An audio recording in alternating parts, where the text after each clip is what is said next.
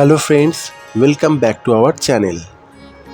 আজ রথযাত্রা, তাই ভাবলাম এই রথযাত্রার দিনে জগন্নাথ দেবকে তুলসীর মালা নিজের হাতে গেঁথে পরাবো। তো এর আগে কখনো তুলসী মালা আমি তৈরি করিনি, এই প্রথমবার তৈরি করছি, তো জানি না কেমন হবে। আমি এর আগে দেখেছি বিভিন্ন মন্দিরে জগন্নাথ দেবকে তুলসীর মালা পরানো হয়, তো তাই খুব ইচ্ছা হয়েছে যে জগন্নাথ দেবকে নিজের হাতে তুলসীর মালা পরাবো।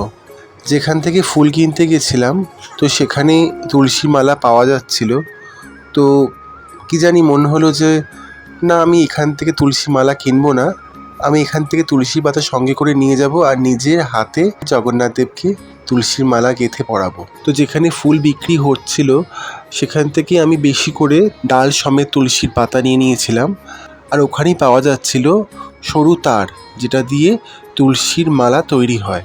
আমি তাকে বলে দিলাম যে বেশি করে তার দিয়ে দিতে। আমার দুর্ভাগ্য এতটাই যে এত ছোট তার দিয়েছে যে আমি মালাটাকে ঠিকভাবে তৈরি করতে পারছিলাম না।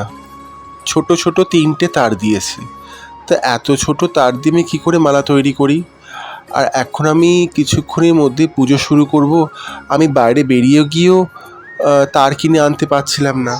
প্রভু জগন্নাথ দেব চেয়েছেন আমি নিজের হাতে মালা তৈরি করে পরাবো না, তা কি কখনো হয়?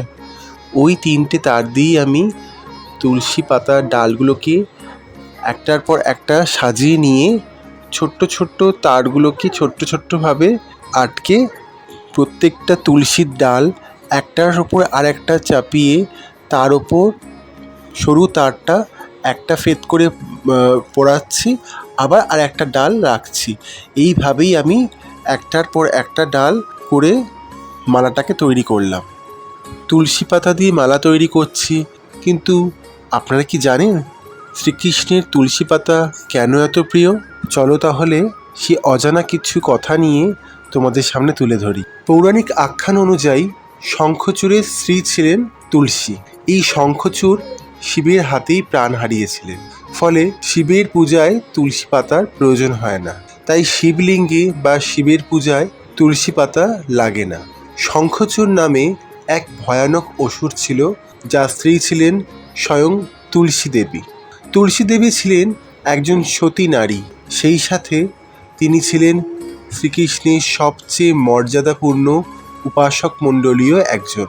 তার সতীত্ব এতই বড় ছিল যে ভগবান শিব যুদ্ধে তার স্বামী শঙ্খচূড়কে পরাজিত করতে পারছিলেন না। তিনি পালনকর্তা শ্রী বিষ্ণুর শরণাপন্ন হলেন। ভগবান বিষ্ণু কোনো উপায় না পেয়ে শঙ্খচূড় রূপ ধরে তুলসী দেবীর কাছে গেলেন।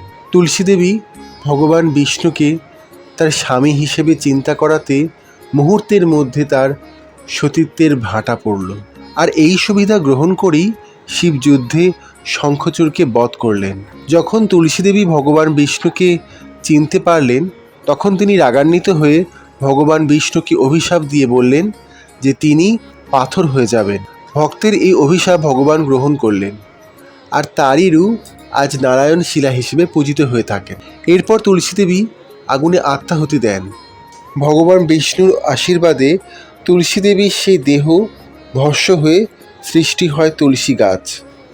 এই কারণেই তুলসী পাতা ভগবান শ্রীকৃষ্ণের এত প্রিয়, এবং কৃষ্ণ পূজা তথা নারায়ণ শিলা পূজায় তুলসীর পাতা অপরিহার্য।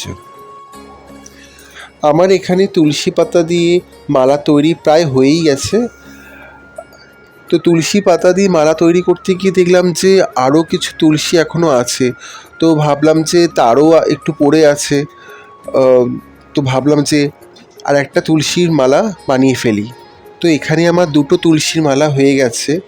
এরপর আমি প্রভু জগন্নাথকে তুলসীর মালা পরিয়ে দিলাম, আর আমাদের পাশের ঘরে সিংহাসনে একটা ছোট জগন্নাথ দেব, বলরাম দেব এবং সুভদ্রা মার একটা ছবি আছে, তো সেখানেই আমি আর একটা যে তুলসী মালা তৈরি করেছিলাম সেটা পরিয়ে দিলাম।